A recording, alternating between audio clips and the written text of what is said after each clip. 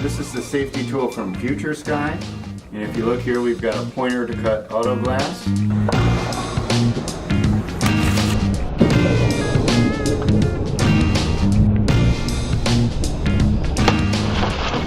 We've got a blade to cut the seatbelt.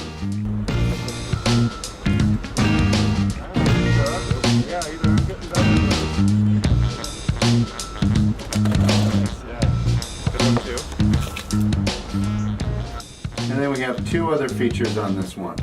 If I press the button here one time, we get a pretty good flashlight. Looks like a decent light.